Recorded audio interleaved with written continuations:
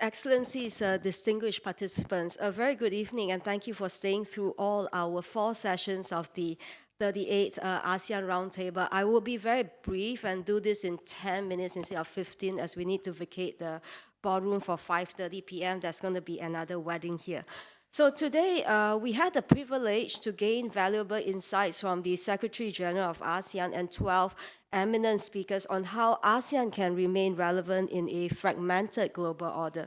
So given the increasing challenges and uncertainties in the region, Secretary General of ASEAN, Kao Kim Horn, in his keynote address, highlighted that ASEAN would continue to work on 4 levels: bilaterally, sub-regionally, regionally, and globally, to be a honest broker to ensure that the role of ASEAN will remain prominent. So he noted that ASEAN's mechanisms, diplomacy, dialogue, and trust building in an open and transparent manner have brought together not only external partners, but also investors and other stakeholders to bring prosperity and sustainable development to the region.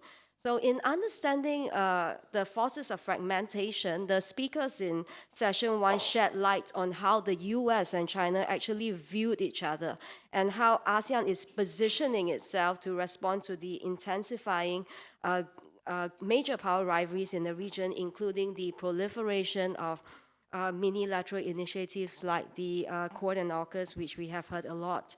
So Mr. Paul Hanley has reaffirmed the region's belief that the US is concerned about a rising China, where its economic development is coupled with China's military capability and build-up. It is about dealing with China in a very different way since the 2000s. And of course, we believe that China should play an important role in ASEAN, and we also agree that the greater engagement between US and China at the highest level and at also the working group level is an appropriate way forward to create an affirmative agenda for the benefits of the region.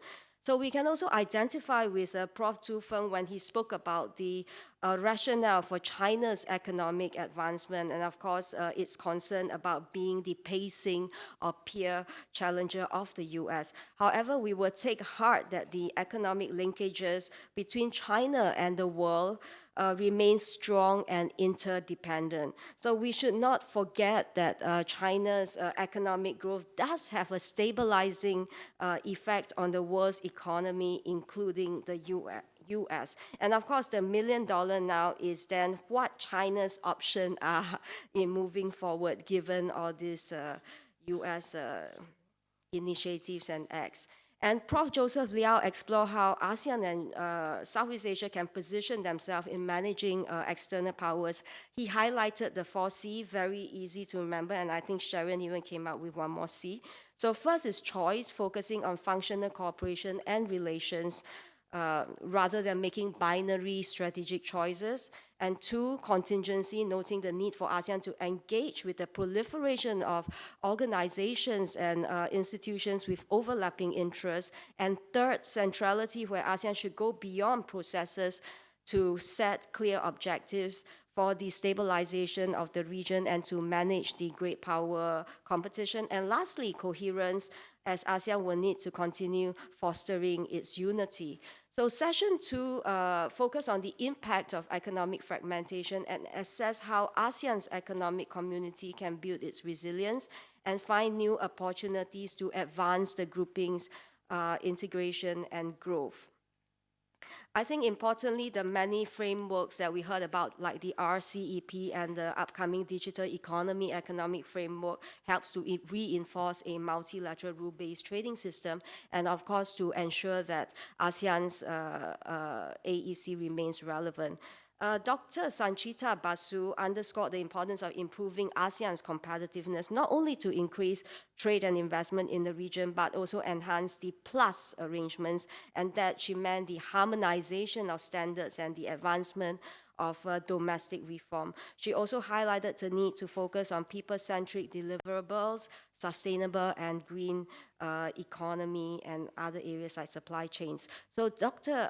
Tijaja highlighted that the AEC is at the crossroad And I agree with that. So while noting good achievements in the AEC, she also underlined some institutional shortcomings, such as the gaps in the implementation of ASEAN's economic blueprints, the lack of institutional readiness to deal with the cross-cutting issues. She also underscored the importance of putting in place agenda and processes to deal with the emerging challenges and being proactive to shape rules and standards and to strengthen, of course, ASEAN's institution for cross-sectorial cooperation. Dr. Ming Tan highlighted digitalization as a driver of economic growth, although it is not an end in itself. So she noted some examples of high rates of digital adoption and penetration in the region and highlighted the need for ASEAN to be more connected and digitally interoperable, and for ASEAN to be an attractive market with an influencing voice to shape the digital landscape. So the third session was really an interesting one, as the news that we watch every day really comes alive, with a greater examination of how a fragmented global order actually creates greater uncertainties in the South China Sea, the Taiwan Straits, and the Korean Peninsula. So in exploring the viability of a code of conduct in the South China Sea, Prof. J. Batong Baka provided us with an understanding of the developments in the strategic waters, as well as the concept and criteria of a successful COC.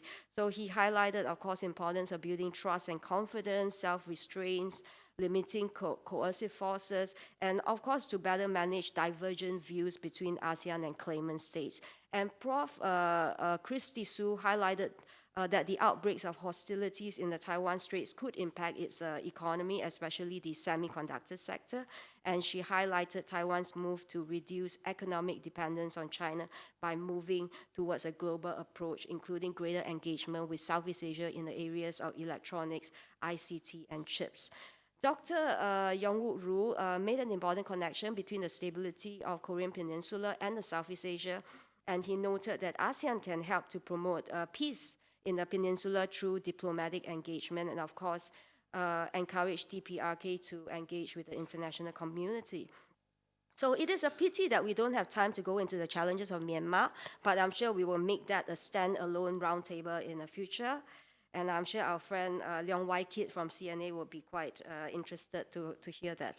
So our concluding session leaves us with really much food for thought on how ASEAN can navigate this fragmented global order, considering that there is an increasing divide between the maritime and continental member states in ASEAN, and of course the need to maintain consensus approaches. So while ASEAN continues to find coherence within the grouping, it will also need to enhance its own resilience to fend off the pressure from US-China rivalry, including broadening its strategic options by seeking out the middle power.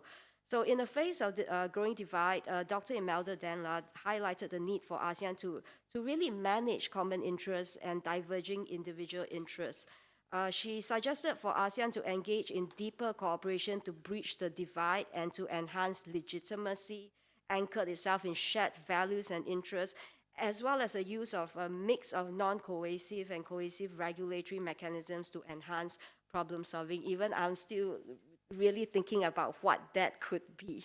So Mr. Richard Mott highlighted that for middle power, the stakes are high in the US-China rivalry, especially if fragmentation worsens. But middle power can play an important role in keeping peace and stability in the region by encouraging multilateralism, complying with international law, including ensuring maritime boundaries, and of course playing a role in conflict prevention. So middle power, like Singapore, can also take a stand and encourage great powers to work together in areas like energy transition. And of course, very interestingly, Ambassador Bilahari Kausikan never fails to provide his very candid views and frank truths that, ASEAN consensus does has its benefits.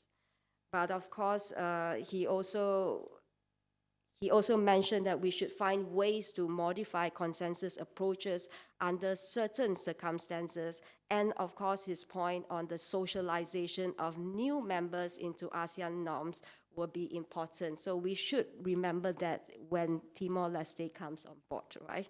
So with that, I would like to close by saying that today's roundtable has certainly been very enriching for us to take stocks of the various developments affecting ASEAN and the region. The challenges are certainly not going to go away. In fact, it may intensify, and we will see new dynamics and changes happening at a faster pace really than ever before. However, we will take heart that ASEAN still matters to all its member states and its partners, and I'm sure none of us can envision Southeast Asia without ASEAN. So as such, the important task, as our speakers has just said, is for ASEAN to keep finding ways to exercise its agency and to preserve its relevance in the region. So with that, I would like to thank you. I hope I kept to my 10 minutes. Thank you.